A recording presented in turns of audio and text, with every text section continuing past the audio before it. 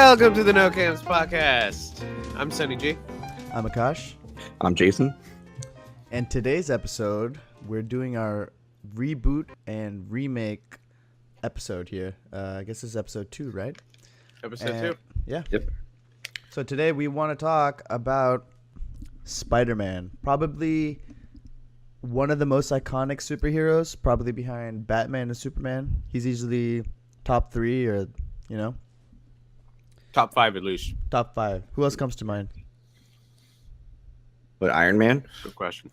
Well, Iron Man's recent, right? Like, Yeah, I guess it's Spider-Man's true. been in lore, and so is Batman and Superman. Batman, Probably Superman. ages. Yeah. Yeah, maybe the Hulk. I don't know. Wolverine. Probably not. Maybe. I don't know. Yeah. Anyways, I'm rambling. But, so we want to discuss the original Spider-Man and the consequent 2 reboots. So we'll be discussing Spider-Man 2002, which was directed by Sam Raimi. It stars Tobey Maguire, Kristen Dunst, and William Dafoe. James Franco! James Franco, dude. How could I Yeah. forget, guys? James Franco. I'm sorry.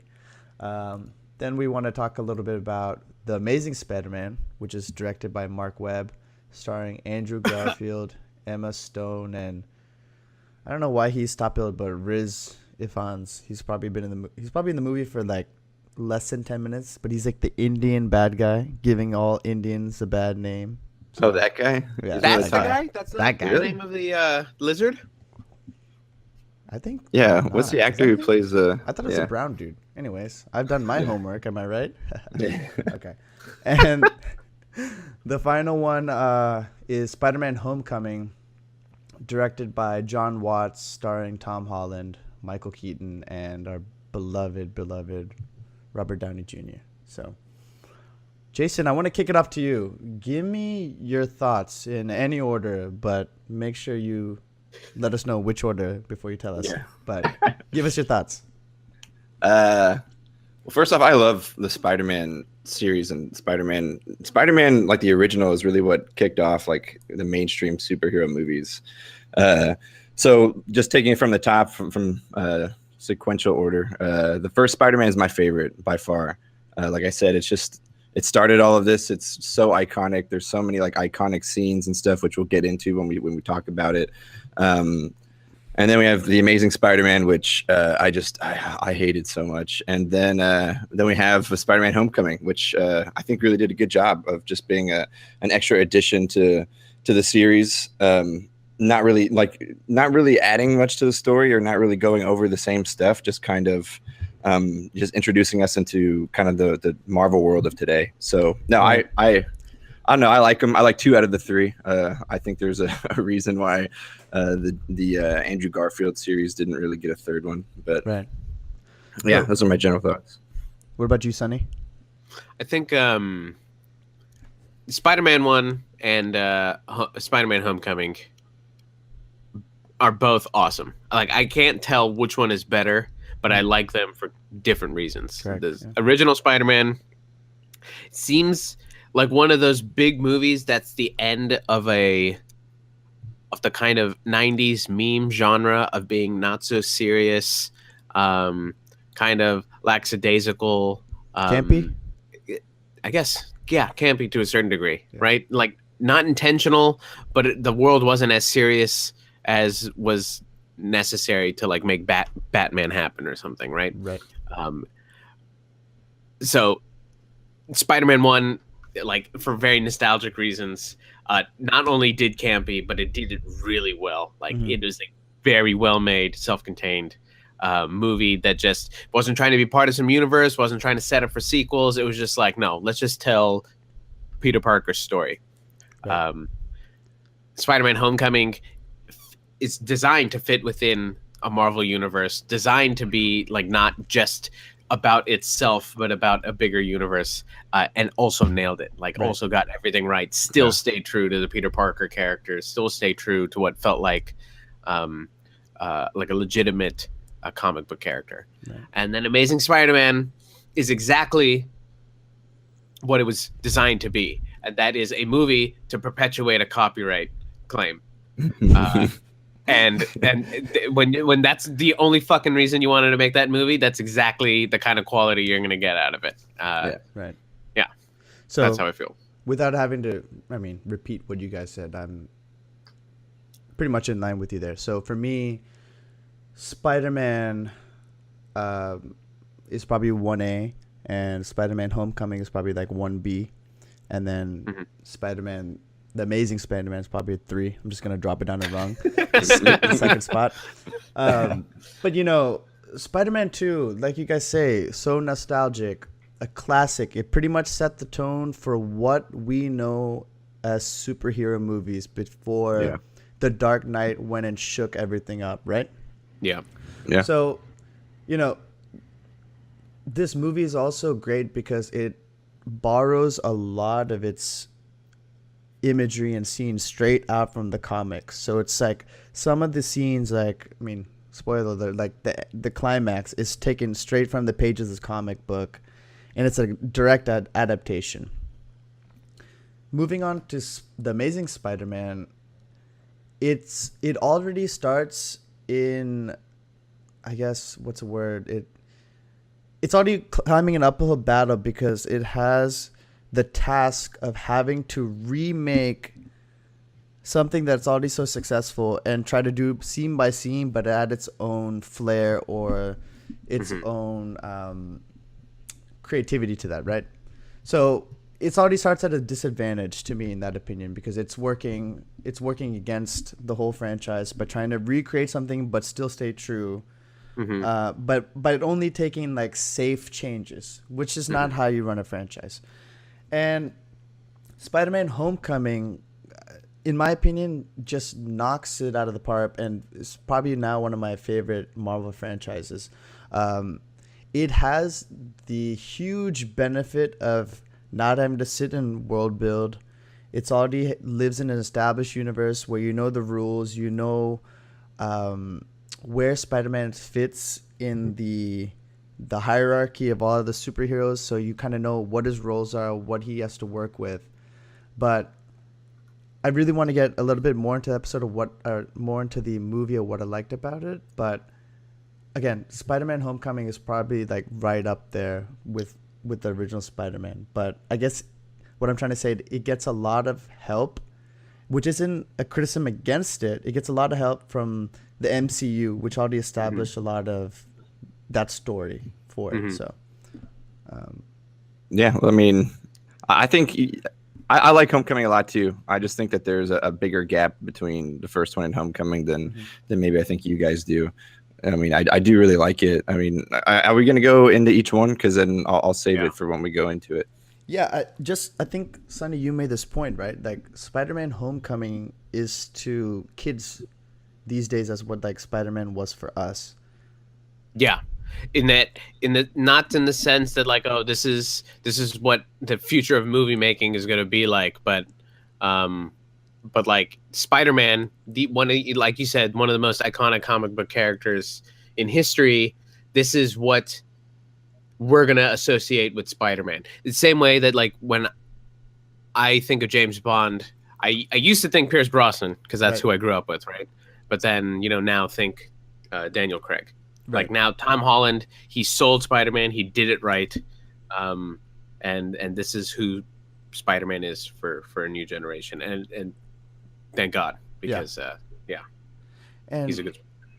I think it would help our discussion if we kind of dig into each of the Spider-Man. So I'd like it if we could jump into Spider-Man with Tobey Maguire and Who am I? You sure you want to know? If somebody told you I was just your average ordinary guy, not a care in the world, somebody lied.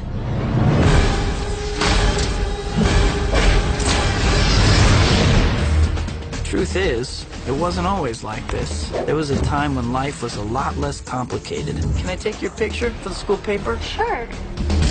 In this lab, we have 15 genetically enhanced super spiders. There's 14. One's missing.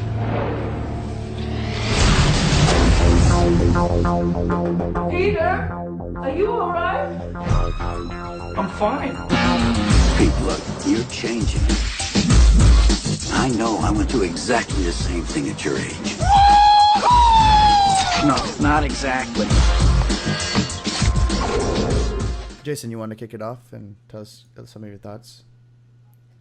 Yeah, I had like a lot of nostalgia watching this movie. Mm-hmm. It was awesome, and just it's hard to look at it from like the lens of 2017 and not from 2002.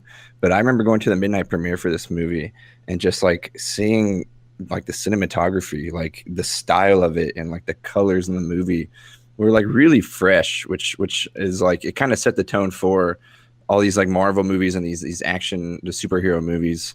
And do you remember the opening credits? Just seeing the opening credits with like the spider webs, like do you remember being in the theater just being like freaking out like that? That even the credits looked awesome, like in the openings, which are go on for a few minutes, but like it just seems like everything that this movie did was the blueprint for Marvel movies moving forward. The scene where you see how he gets his powers, and then having to design his costume, and then learning his powers, and I just love the way that they introduce all of his powers, and how he slowly finds them out and tests them out.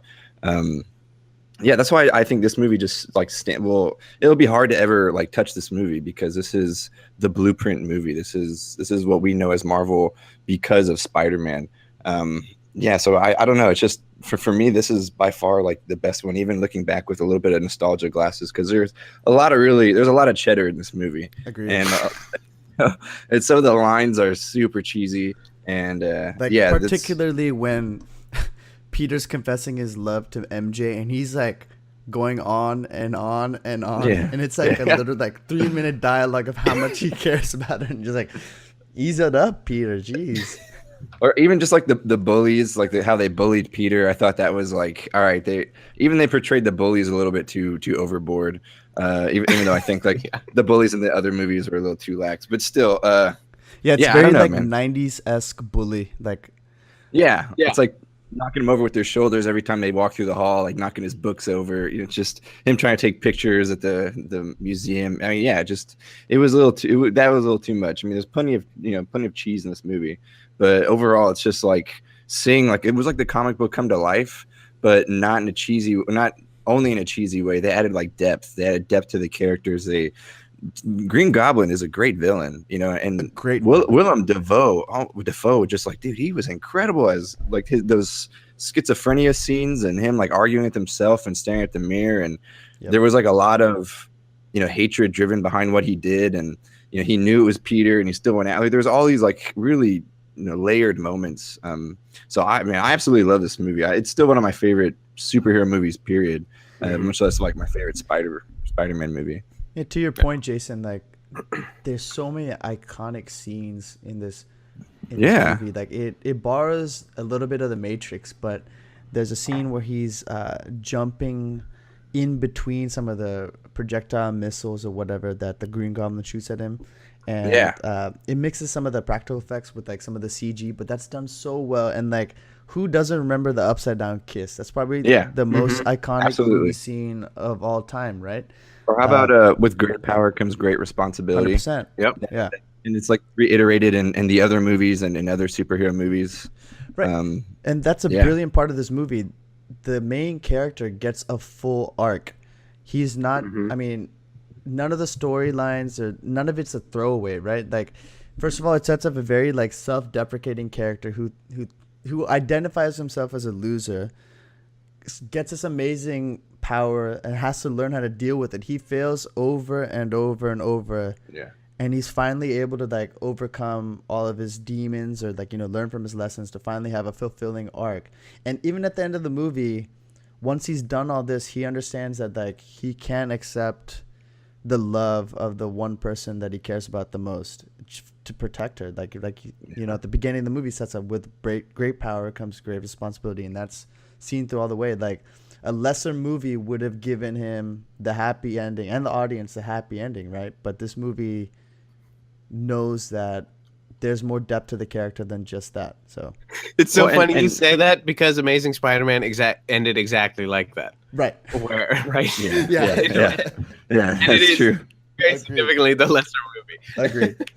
But Tobey Maguire, I think, pulled off that nerd way better than Andrew Garfield or Tom Holland. He was like much more believable as like the nerdy guy that gets bullied in school. Like I don't know, like he reminded me the most of what I would have pictured as Peter Parker. He also played to the stereotype a little bit more, to be fair. Yeah. To both those characters. I think like Garfield is kind of like portrayed as like a skater who's smart, but he's too smart to care about school. But like Peter's just a nerd who just gets bullied by everyone, who's too weak to do anything. And like one thing I do love about all of these Spider-Man movies is them learning about their powers, and like the montage or the scenes where they're like learning how to adapt with their newfound powers. And I find that a lot of fun, like especially with this first movie.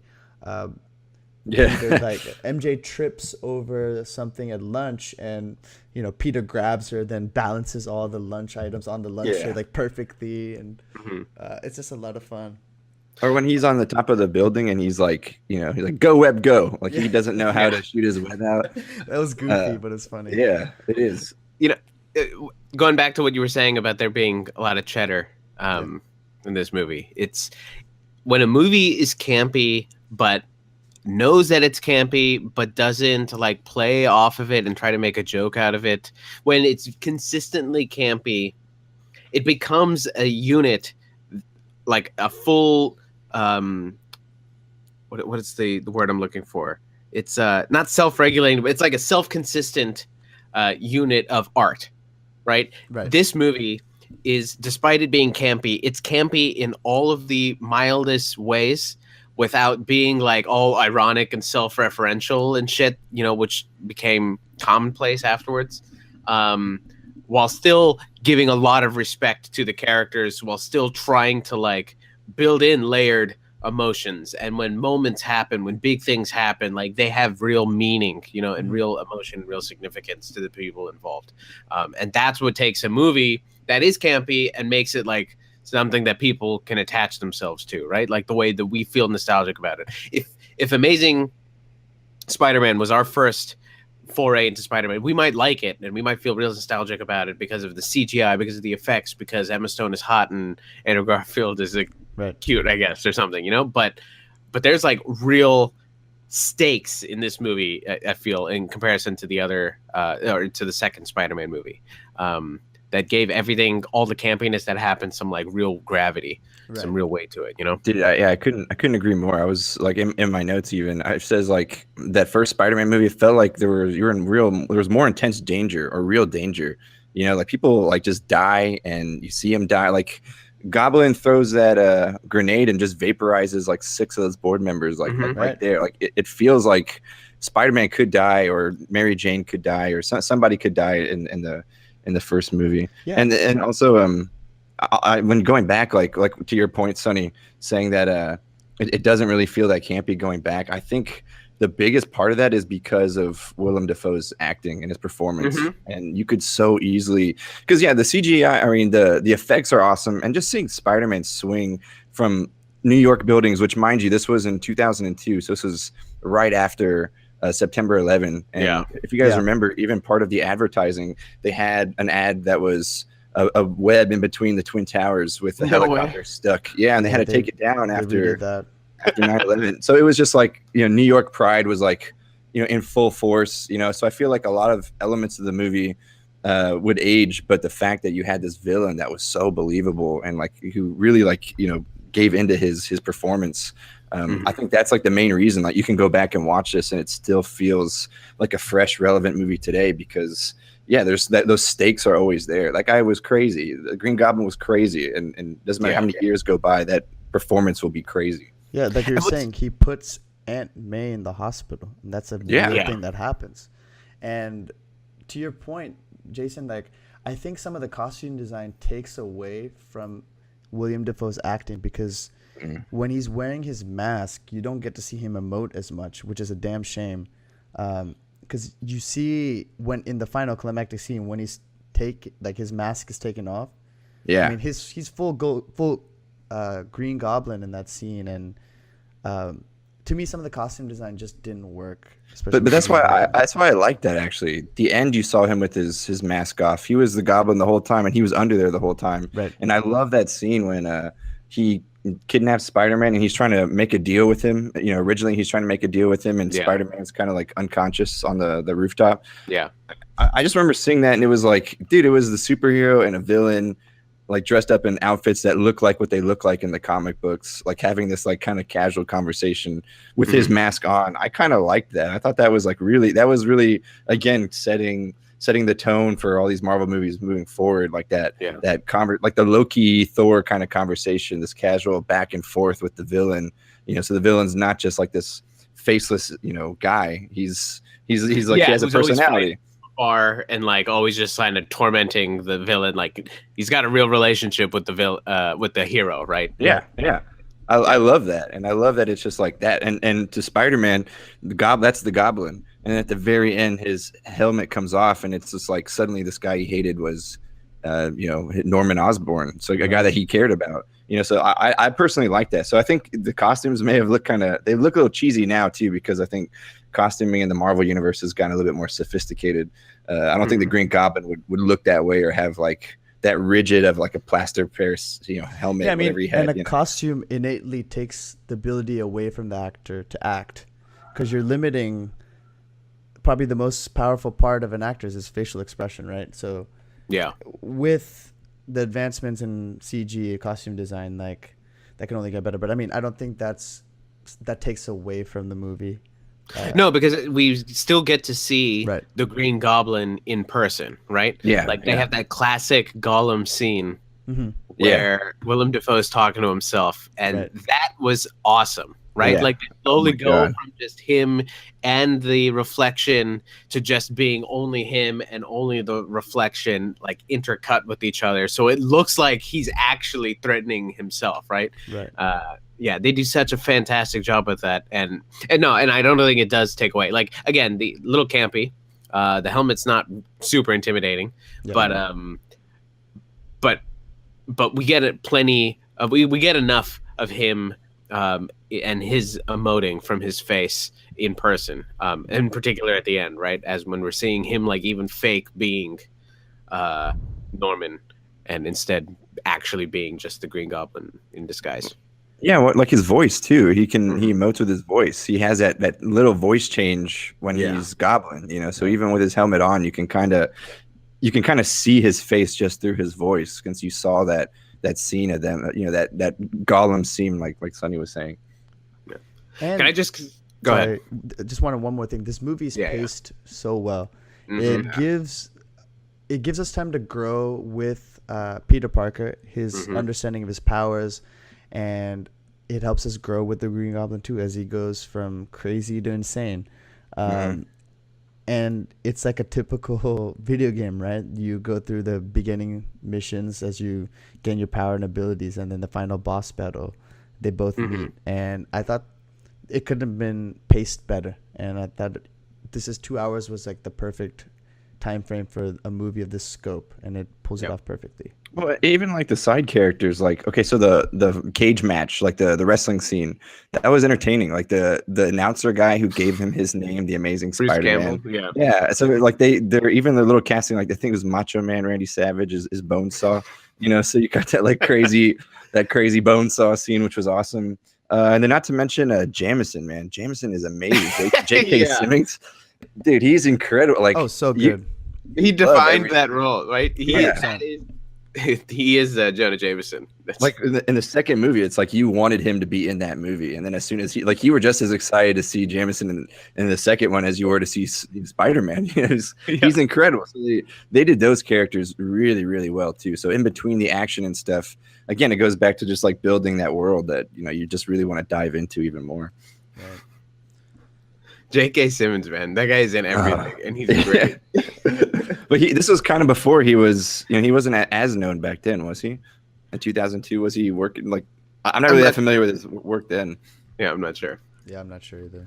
One thing I wanted to start doing is like comparing some of the things that worked really well in this movie and those exact same things that didn't work well in Spider-Man 2. So how about we discuss our overall thoughts on Spider-Man 2 and then do a comparison? Because I think this Spider-Man has more of a correlation with Amazing Spider-Man than Homecoming, because I feel like Homecoming is its own Yeah, piece of agreed. work. Correct. Yeah, it's not an origin story like Right. the Yeah. Amazing Yeah, Spider-Man is. Yeah. So These two are way more directly comparable. right. So on that note, let's jump to the Amazing Spider-Man, and as I've already discussed, it's directed by Mark Webb, starring Andrew Garfield as Spider-Man, Emma Stone as Gwen, Yeah. and Riz Ifans. That's the white guy that plays Kirk Connors. Right. Okay. Yeah, I think I misspoke. I apologize. How did you get out there? Fire escape. It's 20 stories. Your doorman's intimidating. Tell us a little bit about yourself, Mr. Parker. Not much to tell, really. Peter lives with his aunt and uncle. Did you catch that spider guy yet? No, but we will. This guy wears a mask like an outlaw. I think he's trying to do something maybe the police can't. Can't? If you're gonna steal cars, don't dress like a car thief. You a cop? You seriously think I'm a cop in a skin-tight red and blue suit? Who are you? I know it's been rough for you, Peter. I forgot all about that thing. It was your dad's. Your father was a very secretive man, Peter. Dr. Connors, I'm Richard Parker's son. Your father and I were going to change the lives of millions, including mine. Yeah, so this movie sucked. Where do I start? Okay. For one, Andrew Garfield, in almost every one of his scenes that was a mid to close up shot, so like, waist up, or sorry, like shins up to waist up, those kinds of shots. I feel like every single one of those shots that had him in it, and I'm exaggerating only a little, started like 1 or 2 seconds too early, because we end up seeing just like Andrew Garfield in frame and like just like saying his lines over and over again, right? He repeats almost like half of his lines twice or more for emphasis because he can't act. And then it's almost like he's like, oh, I'm Andrew Garfield. I need to snap into Peter Parker real quick in the middle of saying his lines. And it's like that in almost every scene, and especially the ones with Emma Stone in it. That was my interpretation. Yeah, you're right. I really fucking loved her, and I thought their relationship at times clicked and felt natural, and other times it was cringeworthy. Yeah, it was so bad. much cringeworthiness, Yeah. And It was so Jason, bad. Jason, you want to jump in with your thoughts on this movie? And Yeah. So, honestly, when I first saw this movie, got out of the theaters, it wasn't so bad. But man, watching it, it was just so terrible. And I watched it on TV, which was like a good thing and a bad thing, because it gave me breaks from it, because I got commercial breaks, so I didn't have to watch it all at a time. So it was like just as much as I could tolerate. But then it also like made the movie a lot longer. So it was a little bit of pros and cons there. But dude, I do not like this movie. I thought the Gwen and Peter relationship was really cheesy, and like they just overdo it way too much. And the villain wasn't that great. Like wasn't a good Peter. I thought there were like moments that were just way overboard. Like the one scene that really stuck out in my head was the scene where he catches the football and then throws it back and just like bends the goalpost, the upright, from like 40, 50 yards away, and like the whole team is there and they see him and they're just like, whoa, that was crazy. Move on with their day. Just like that kind of stuff just completely pulled me out of the movie. And then, not to mention, man, like I didn't want to see another origin of Spider-Man. We all knew how it was just the exact same. You went into that movie knowing everything. You knew the first half of that movie, and it just was not. It just was not good. The only thing I liked about that movie was Andrew Garfield's use, or this Spider-Man's use of his web. I thought they were really creative with how he used his webbing. But besides that, like the villain was bad, like the story was bad, like everything was bad. Emma Stone was pretty good, but man, it was such a terrible movie. Like it was so cheesy. So, okay, I didn't think this movie was that bad. I mean, I don't think it was great, but again, I didn't actively hate it. But to, I guess, sum up all my points, I mean, I mentioned it a little bit earlier, but this movie is just not inventive. It, like Sonny said, was made only so they could renew their, their rights to the franchise. And they're stuck in a frame where they have to reboot from the original. So they decided to like essentially take plot points or some of the plot points and just rehash it into a new movie, which kind of puts it in a little box, and they have to work within that small box, and it just leaves for a very boring movie. Like his interactions with his schoolmates is very derivative of like coming of genre movies, which have been done so much better. Like we waste so much time in the school to like not really learn much more about Peter. We just learn that I guess his ability to like cope with his powers come through his interaction in school, and he just kind of jumps into these battles with the villains or whatever. It's not his strength and his confidence and his abilities is not built up like it was with the first movie, if that makes any sense. And a lot of the scenes, especially in the climax for this movie, are completely unearned for me, and it just feels like it's cheated. They just decided, all right, we got to wrap this movie up. Let's have this guy do this. So he's going to call his buddies and they're going to line up all their cranes so he can get to the top of the building. Like none of that is earned. Like, which also wasn't necessary because he could have just swung his way through that street, right? It's fucking 6th Street. So stupid. So, but it was the dad. It was the dad from the bridge. So they had to bring him back just to show that New York is behind Spider-Man. Yeah. Right. We're behind him. I mean, yeah, I think that sums it up. It's like it's very uninventive, and like the climax of this movie isn't earned. It just kind of shoved down our throat, just like this reboot of this franchise. You know what I mean? It doesn't make you want to root for Peter. Like I don't, I'm not on Peter's side. Like I don't really care. I don't really care what happens. Because like Tobey Maguire, like I don't know, like just him learning and seeing him getting bullied and stuff, and I mean, and even Tom Holland is just more charismatic. Like, yeah, I don't care about this Peter. Like, I don't care if he wins. Yeah, this Peter Parker is like smug. He's he's generally unlikable. I wrote down some of the moments that I didn't like about him. So, whereas Tobey Maguire's Peter Parker was like legitimately picked on, like legitimately had a shit deal in life. And the humor is derived from how bad it is for Peter. A lot of the humorous moments in this were derived from how bad Peter is. So, for example, he takes that guy's place at the Oscorp tour. Right. And then the guy has to get his ass dragged out by security. Okay. And this is a guy who's like actually capable of having an internship at this company, right? Right. Then he lies to the doctor about where he gets the formula. So he just like whips out some fucking formula, and the doctor is just like, "Oh my god, this is amazing! How'd you do it?" And he's like, I just, this little thing up here, came up with it." Not to interrupt, Sonny, but that scene was so ridiculous. It was just like the robot was talking. It's like, "Yep, that failed. That failed. That failed. That failed. Yeah. Success." I'm just like, "What? What just happened?" Yeah. Like, yeah. No, not to mention that's the exact same time where he's abandoned his aunt to go pick her up from the ghetto to keep her from walking and getting catcalled and shit. Okay, and then he's completely unapologetic about it. Completely. Then he when the guy steals the milk that he has 2 cents less to pay for, the guy tosses him the milk and he's like, "Yeah, okay, whatever, I'll walk out with it." Right. And like that is the only moment in which he legitimately had any for which, if Peter had to be an asshole in order to learn the cost of being an asshole, that's the only moment he could have done it.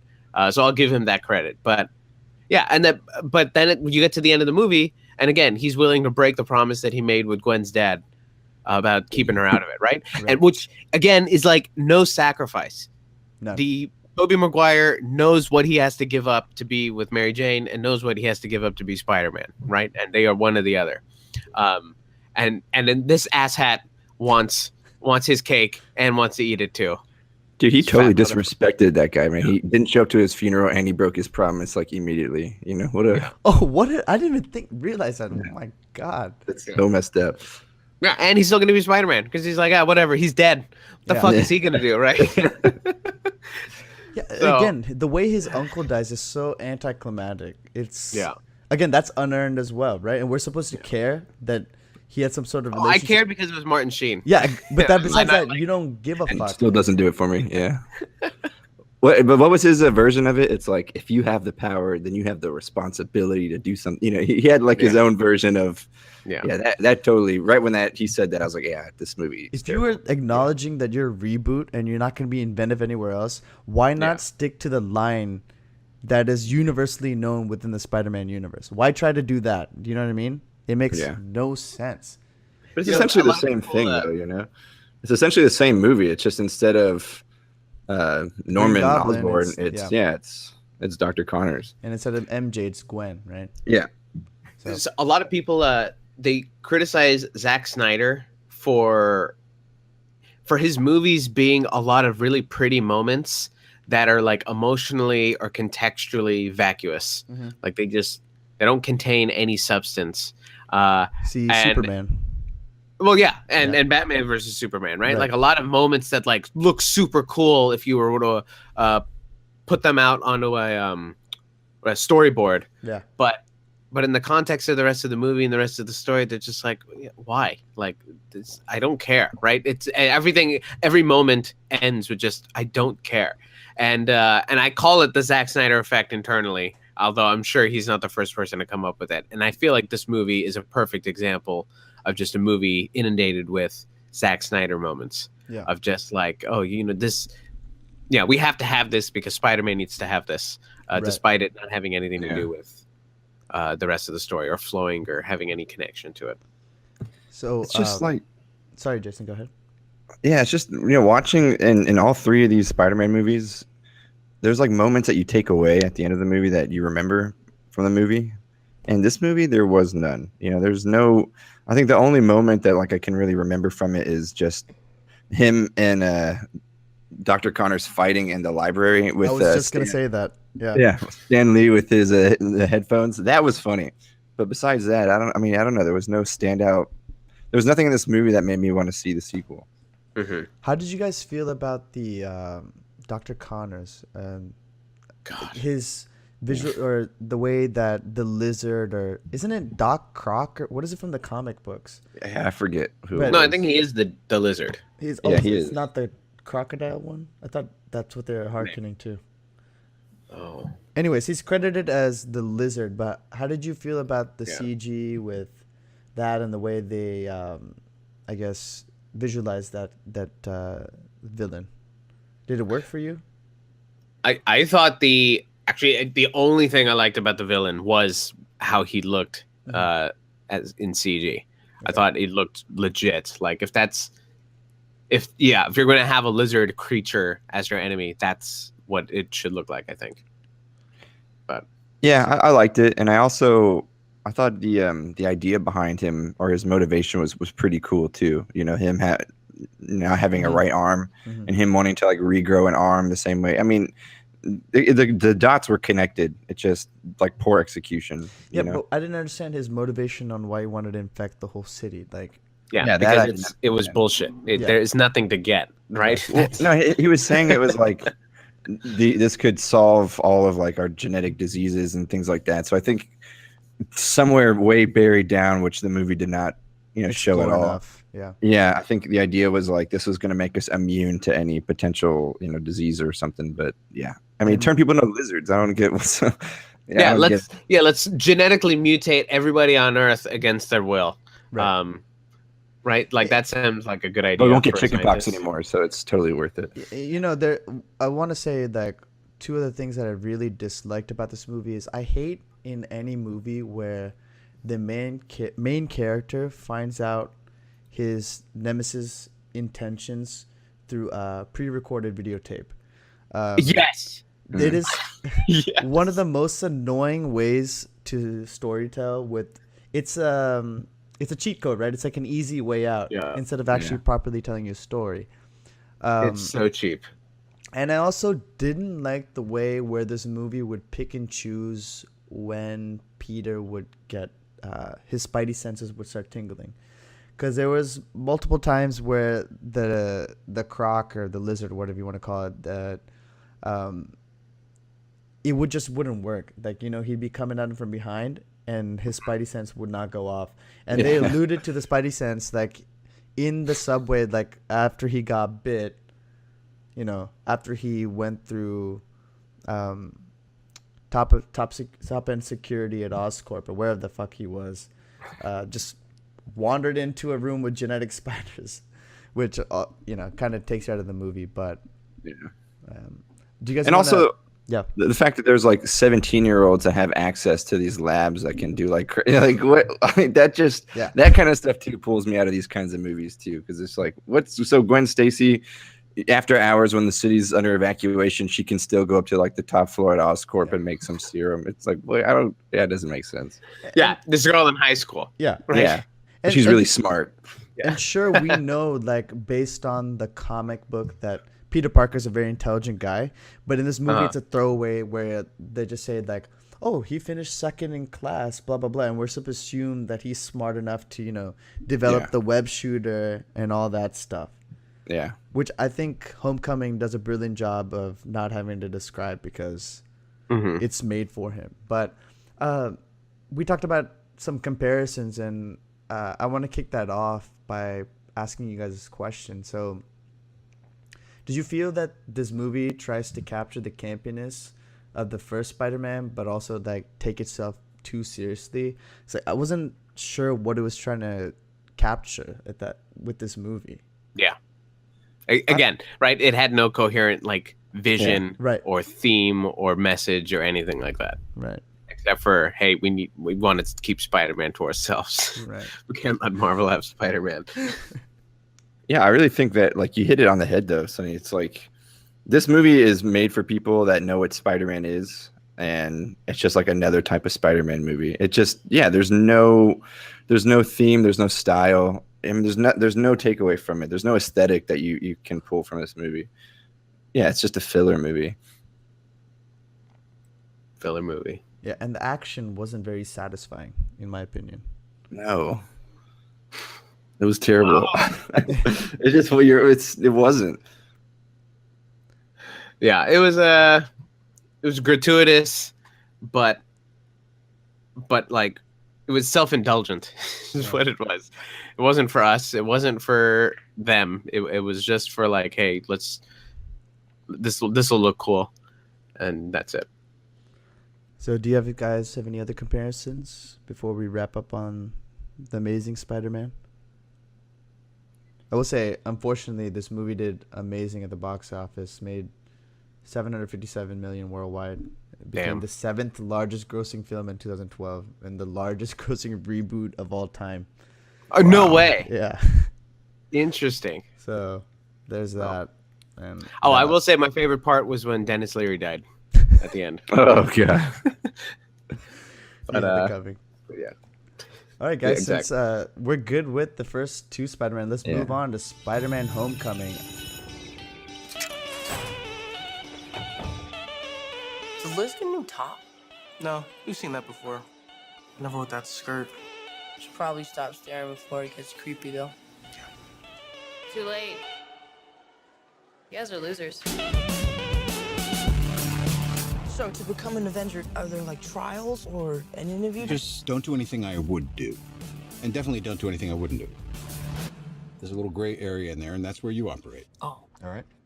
That's not a hug. I'm just grabbing the door for you. All right, kid. Good luck out there.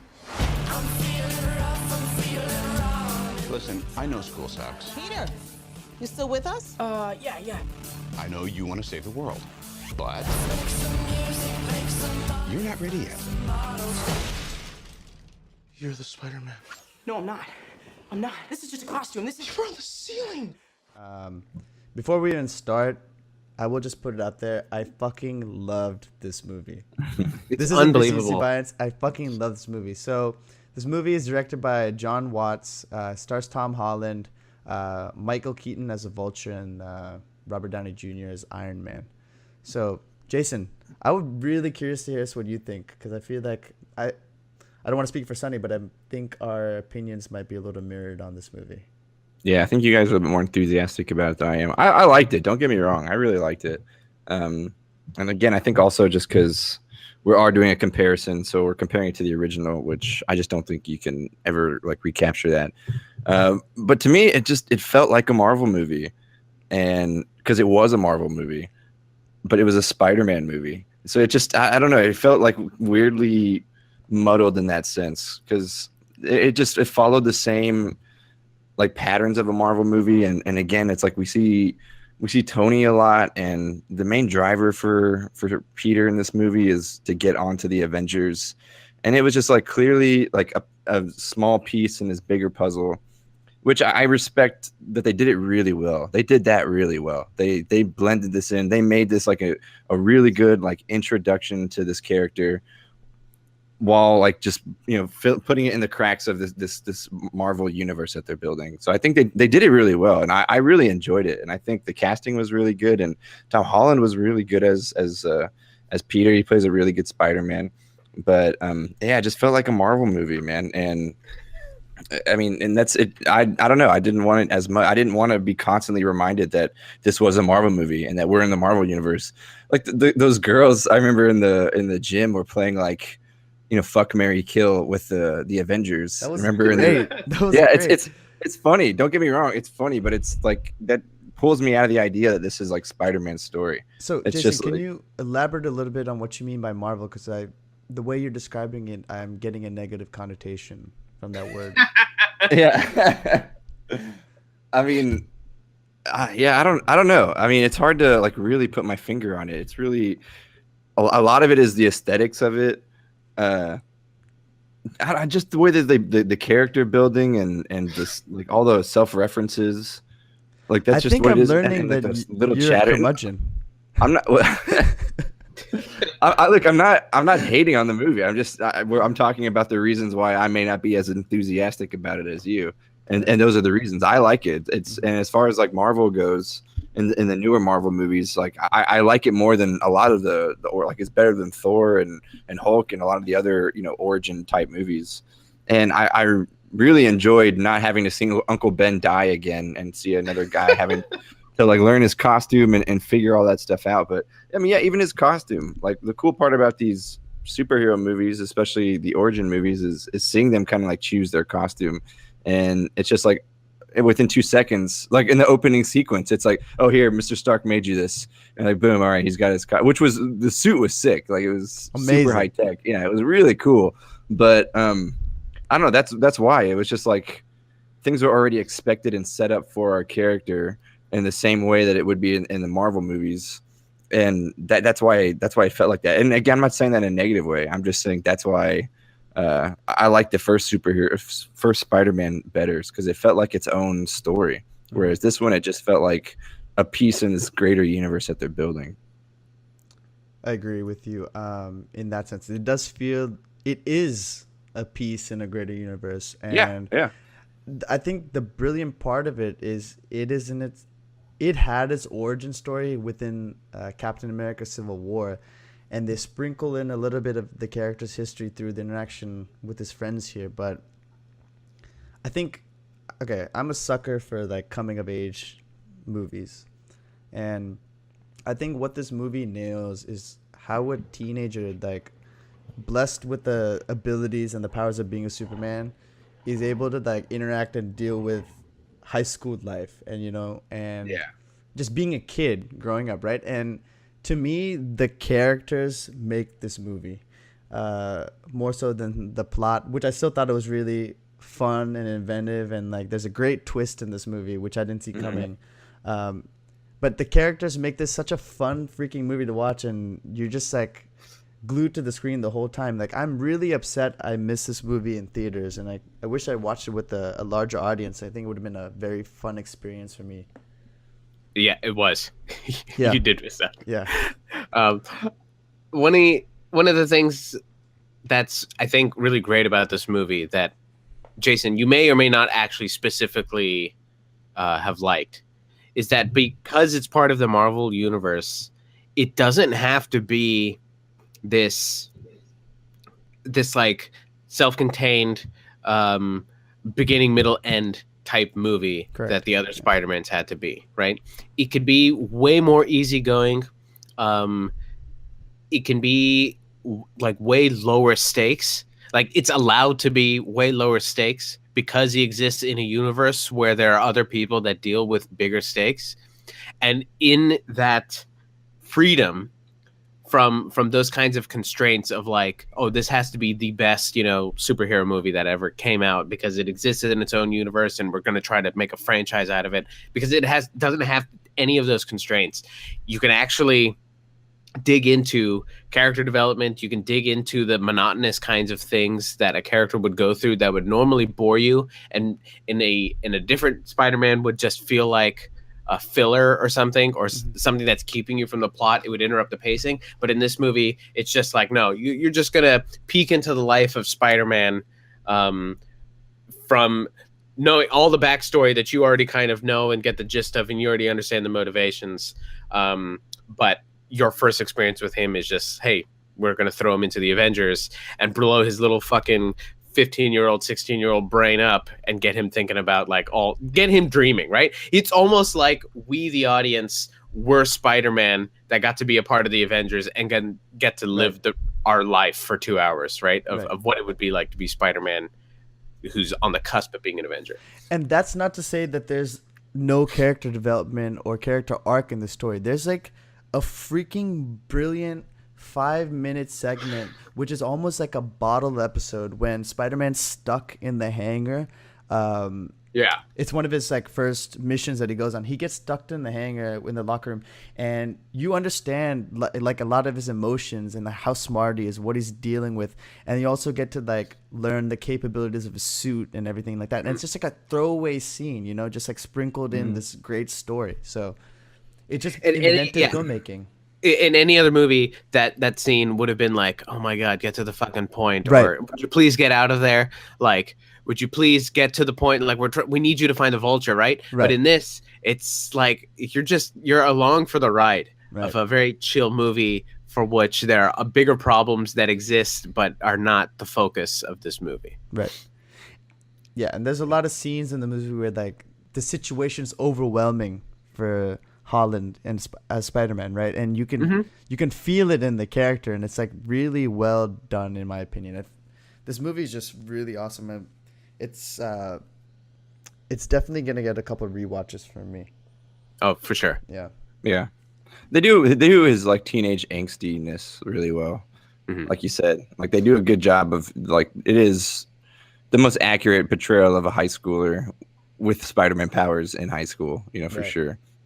And it's interesting though, with this movie or with any movies, Spider-Man starts off with a shitty ass costume, right? And he works his way up to an awesome costume. This movie, he's gifted a great costume and ends up having that taken away from him and having to fight the final boss with nothing but the shitty costume he's made. So it's a complete reversal in that sense, and really that was cool. Yeah, that was really well done as well.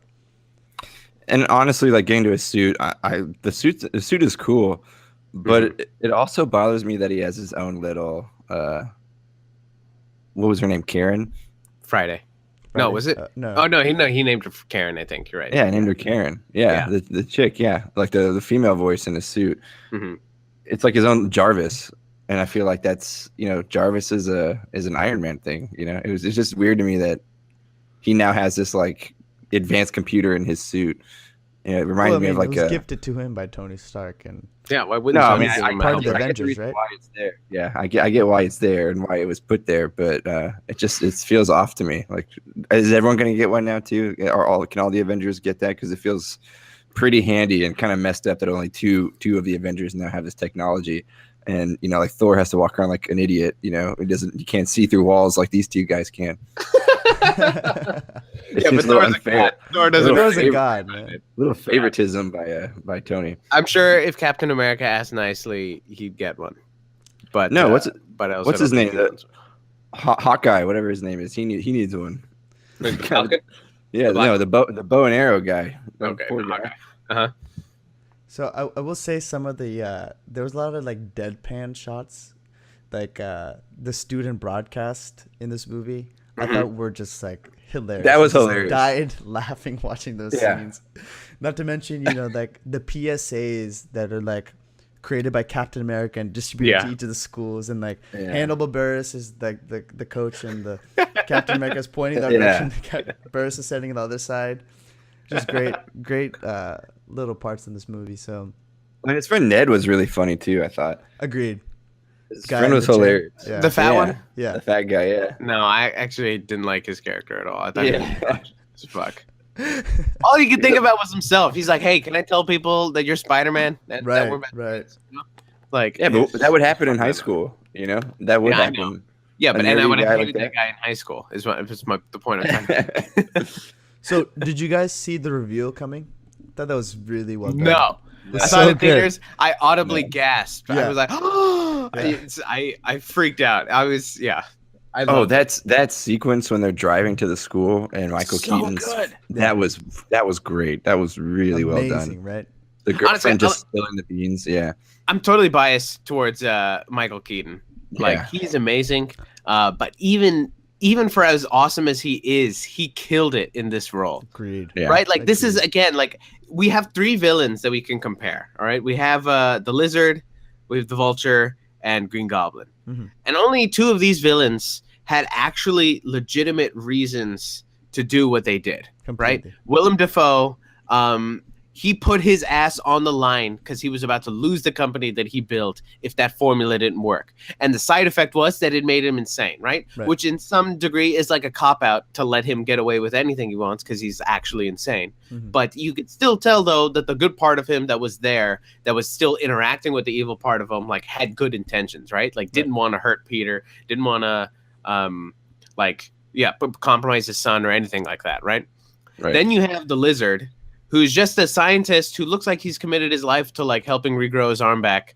But I guess maybe he also went insane, is like, oh man, this is so great for me, and now I look so green that maybe everybody else should too, right? It doesn't It's make too any muddy. sense. No one really logically, knows. Yeah. right? Yeah. And then you have the Vulture, whose ass has been handed to him by the Stark, Empire, time and time again, and he just wants something for his own. And it's not like he ever set out to kill anybody, but that's a little dirty business, and Right. that's what he has to do for his family. It's like, yeah, it's a villain you can actually get behind and empathize with, right? Which is so rare these days. Well, and kind of like Goblin, man. Him when he's the Vulture versus him when he's just the dad. Mhm. It's like night and day, man. Like when he was the dad, he's like a normal dad. Like he's out of place in a Marvel movie because he's just an average dad. And then like in that ride to the movie theater, and right, not to the movie theater, sorry, to the school dance. Or Yeah. Dude, you can just see that transition, and like when he makes that move and he puts the gun up against the seat and he's just like, all right, does she know? And like when he's onto it, like that transition was amazing. Yeah. Yeah, I mean the name Vulture's a great name. The dude basically is like a vulture picking up like scrap pieces of metal and making this insane living doing so. Yeah.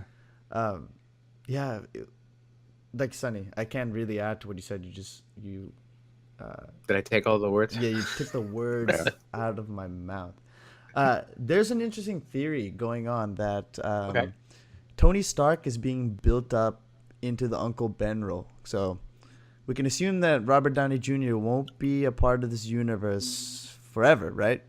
So his eventual death might be equated to an Uncle Ben death here. I think, guys, you can't see the video. I blew Sonny's mind. Yeah, I can maybe see that. Yeah. I do have a feeling that people are going to die and then they're going to get resurrected because that's part of the Thanos story. Oh, is it? Okay. Spoiler alert. Yeah, because I wouldn't want to watch without Iron Man. He's like Tony Stark's the main driver for a lot of these movies. Yeah. Well, yeah, well, for sure, Chris Evans and Robert Downey Jr. are done after Avengers. Yeah. So whether they live or die through Thanos is it's kind of irrelevant because they just won't be part of the universe anymore. Maybe they'll just have Captain America record a bunch of PSAs and Iron Man record a bunch of PSAs, and that's how they'll keep him alive throughout the rest of the franchise. The only thing I didn't like was the little throwaway to like, oh, you can call me MJ. At the end of the movie, I thought that was lame. Wait, who said that? Michelle. Yeah, the girl that's been shitting on everybody. She was that so nobody funny. liked. She was Yeah. hilarious. Oh, man. yeah. She just goes to detention, has nothing better to do, just to draw sad people. Well, do we want to talk about our favorites from the movie? Yeah, let's do that. Oh yeah. So you want to start off with the best villain? Who is the best villain out of the three? So we can immediately knock out Dr. Connors because The Green Goblin. He's trash. Vulture I was think- really good. I think it's a unanimous Green Goblin. Yeah, I'd agree there too. Yeah. What about the best suit? Who do you think had the best suit? Easy choice. Homecoming. Yeah, I figured you're gonna say Homecoming. Yeah, easy. I don't know, man. I like the original suit just because it looks the coolest. Yeah, again, it's maybe nostalgia, but the original suit looks like the OG suit. Yeah. I feel like everything else is kind of adorned and too much. I feel like the tech in the Homecoming, suit. but it's too techy, man. He had like little drone. Look, it was super Bro. cool, but it wasn't. It was He's too on techy. training wheels mode. It's not even fully unlocked. Yeah, but they He needs hacked to into jailbreak his shit, dude. Jailbreak his suit. Yeah. Who do you think used the webbing the best? I think Homecoming, and I think it's because of it's because of the suit. Yeah. Like he could do so many different cool things with his webbing. And to be honest, like Homecoming and Amazing Spider is more true to the webbing than the original one. I think they cut out that whole part because it might be too long to have him build. What, the fact that he has to reload his because own webbing. In the comics, it doesn't come out of his wrist like that. He has to build the web shooters as well. I wish it did. I like that so much better though. I like that it's just a part of him. He doesn't have to worry about those cartridges. Yeah. Wait. It's in Homecoming. It's also cartridges, right? Correct. Yeah. No. Okay. Yeah. In that point, I think it takes away some of the stakes when like You could lose them. you could lose them, or if your arms gets crushed, like it's like a very important power that Spider-Man could lose. Like when you have that as an innate ability, it kind of takes away some of the. It makes him kind of invulnerable at that point. Yeah. But then it's going to turn into like the kryptonite for Superman. It's like No, I wouldn't say now everyone's kryptonite, going to right? have it. He's going to lose the cartridges in every episode, every movie with him, and that's always going to be a problem that he has to overcome. And, I mean, I don't know. I mean, it is the original. I think the Amazing Spider-Man used the webbing the best, purely because, first off, he builds a web in the sewer, which was awesome. When he shoots all those webbings across, and he's just sitting on that web, and he can feel the little vibrations. So it's like he's Spider-Man. He actually built a web. So I think that was really cool. And then when he completely covers Dr. Connors when he's the lizard. Yeah. And he's like running all over his body like a little spider, like covering him with more and more webbing. I thought that was just kind of he used it more like a spider did in this in Amazing Spider-Man. That's a So good point. Very good. I can see that. Yeah. I'm still gonna stick with Homecoming though. Yeah, I mean the taser web was pretty sick. Yeah, I want to know what the kill feature does. Oh yeah. Dying to find out. Okay, what about like best final battle? Man, Spider-Man original was very iconic. That final battle. Yeah. Yeah, dude, he dies pretty brutally. He gets like stabbed with his own glider. I mean, the Amazing Spider-Man final battle scene is just forgettable to me. Yeah. And the one with the Vulture was good. I actually really like that one a lot. Yeah, but it's a struggle right now. I'm like weighing between those two. I'm not really sure. I'm leaning towards the original Spider-Man. I think the original one had slightly more. Well, it definitely had more emotional weight, and I think that's what makes it better, even though it wasn't as flashy and as gaudy. Right. Yeah. Yeah, I don't know. I mean, Homecomings was pretty epic, and not just that, even just like the build up to it, like the multiple times that they had run into each other, and then it was like this final battle scene. I don't know. For me, it's a pretty good tie between Homecoming and the original. Okay, I have one. Who do you think? Which rendition of Spider-Man do you think was more true to the comic books? I don't know the comic books. Yeah, I don't know him that well. Although from what I heard, the Homecoming is pretty close to Yeah. one of the series. The right answer is Homecoming. Okay. Well, how old is he in the comics? Because I think in Homecoming he's like 14. Or that's what Stark mentioned something about. The other guys didn't want me recruiting a 14-year-old. So how old? Because in the original, or the next two, the first two, it seems like they're like juniors or seniors. Yeah, I don't know. I think in the comic he's like they're all in high school, right? And I used to watch the cartoons a lot, and it was like he was in college or working part-time with the paper and stuff like that. So Yeah. But I hope they evolve past high school. I don't want to see him in high school much longer. Right.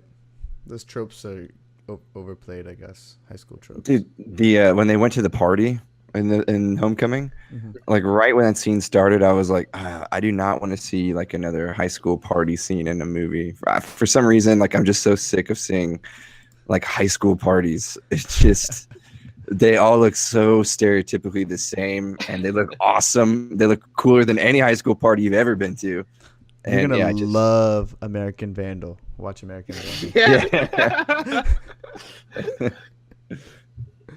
Do you have any more best ofs? The only other one that I think of is like the best acrobatics. For some reason, like when the first Spider-Man came out, seeing Spider-Man, even though it was CG, seeing him swing through the air and like run off the sides of the buildings to kick off and do flips in the air as he shot out his next web. I don't know. I love like the creativity behind like how he swings through and navigates through like the light poles and the traffic. I really think Spider-Man 2 was the best at that. Even that's not one of the movies that we talked about.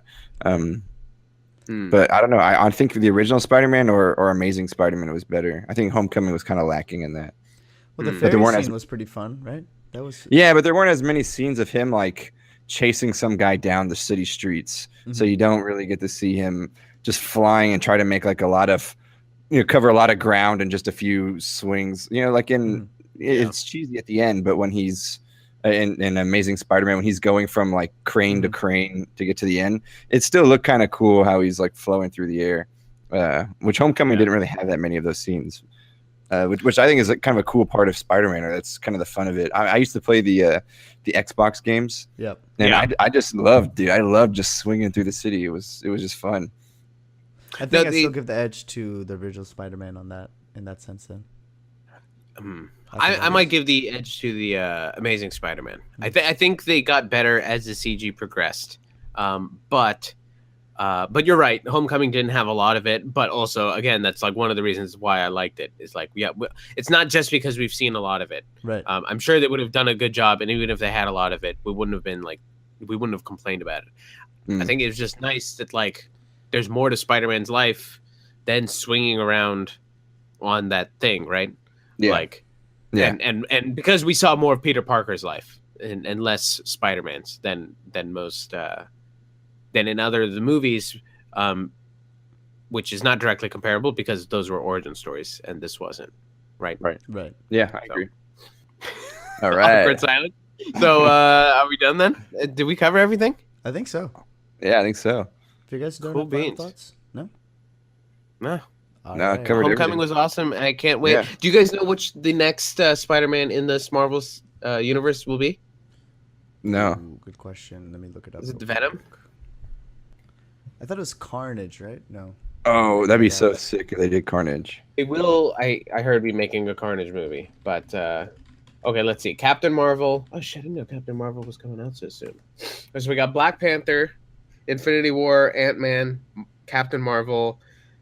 Finally, I guess the second Avengers, and then another Spider-Man.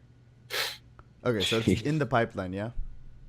Yeah, So much content being but it's put not out. until 2019, and it's not until after the second Avengers film. Second Avengers? Yeah. Oh, they're splitting it into two parts. Yeah. Okay. Or second Thanos. Yeah. Second. Yeah. I'm really just looking forward to Thor Ragnarok. Yep. Ragnarok does looks sick. good. All right, guys. Well, I guess that's all the thoughts we have. So we'll wrap it up for today's episode. Catch us on nocamspodcast.podite.co or on Twitter or Facebook at nocamspodcast. Yes, we're on Facebook. Like us. And on YouTube. And you can follow me on Twitter at Akash too. Sunny. Any shout outs? I still can't remember what my Twitter is. I'll look it up. All right. And get back to you. Jason doesn't exist on the internet. So Still not on Twitter now. Yeah. All right, guys. We'll see y'all next week. Thanks for tuning in. Bye-bye. Peace. Bye. Bye. Bye. Bye.